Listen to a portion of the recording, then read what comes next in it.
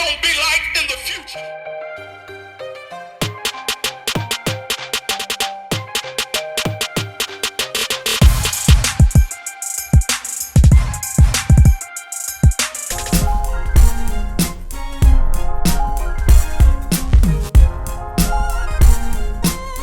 Had a thought on my mind. Luke 21 and around verse number 19 says that in your having patience, that is where you will keep a hold of your soul.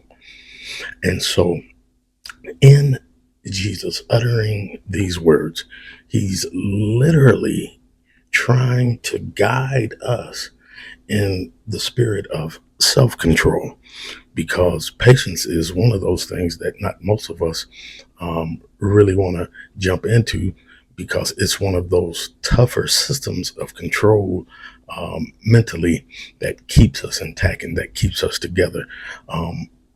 Oftentimes it could be even, when it's time to eat, you get hungry, you want to eat right then on the spot.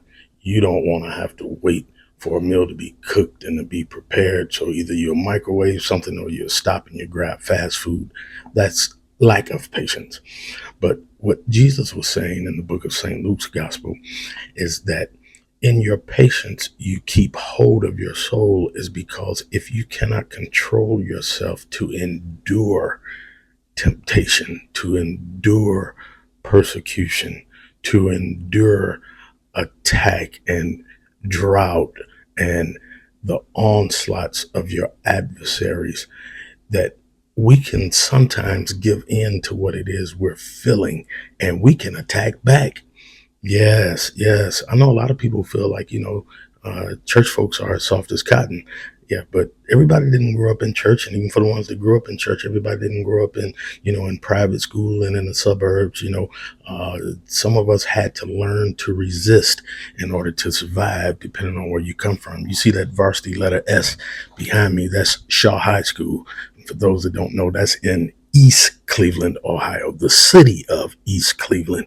Yeah, that spot that ranks like second or third most dangerous, number one most poor amongst all those rated throughout the country. So yeah, everybody has a background. Everybody has some place where they came from. Everybody has some place where they want to go. But what Jesus was saying, if you want to get to where you want to go, you've got to have patience to control yourself in order to control your environment.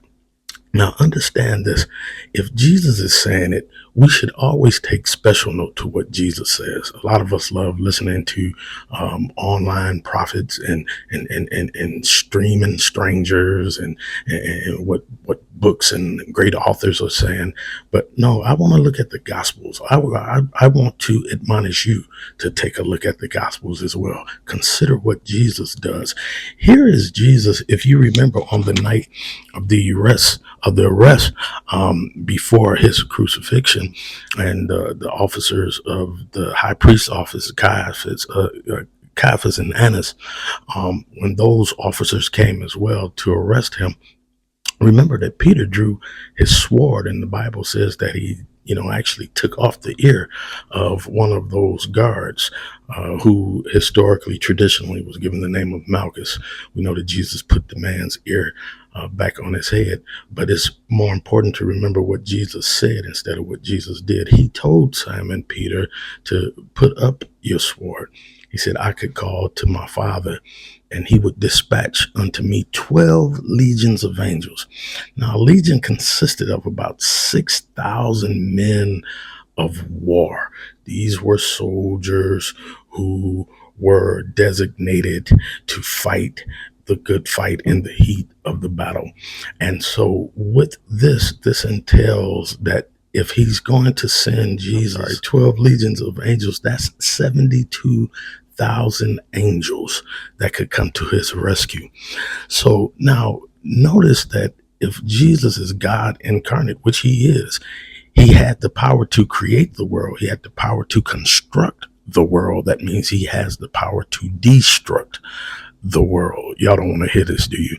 And with the help of 12 legions of angels, 72,000 angels of war, one who the Bible records during the times of the kings of Israel, that one angel by himself, yeah, he whooped the behind of 185,000 men. Yeah, whooped them so good until they slept in eternity. Y'all don't want to hear this, do you? And so if Jesus has that kind of power, imagine the kind of control that he must have in his hand in order not to utilize any of that power against his adversaries coming to take hold of him. Because if he gets into that, then he brings no deliverance and no victory for us. And so the lesson is to all of us, there are some things you just got to avoid, regardless of you coming up in the streets, regardless of you having done time, regardless of you spending some time in the boxing ring, on the wrestling mat, knowing how to use your hands, your feet, bricks, bottles, and bars. Yes, sirree. There's a lot of folks that know how to get down when it comes to mixing it up with anybody. But your confidence has to rely in God, and your trust must continue to say that, listen here, at the end of the day, I'm going to accomplish the task, and you ain't going to get me off of it. Because if I take the time to deal with you, I'm so confident in my abilities that it not only assures me that if I stop to deal with you, I'm going to destroy you. I'm so confident until I'm assured. It's my insurance plan.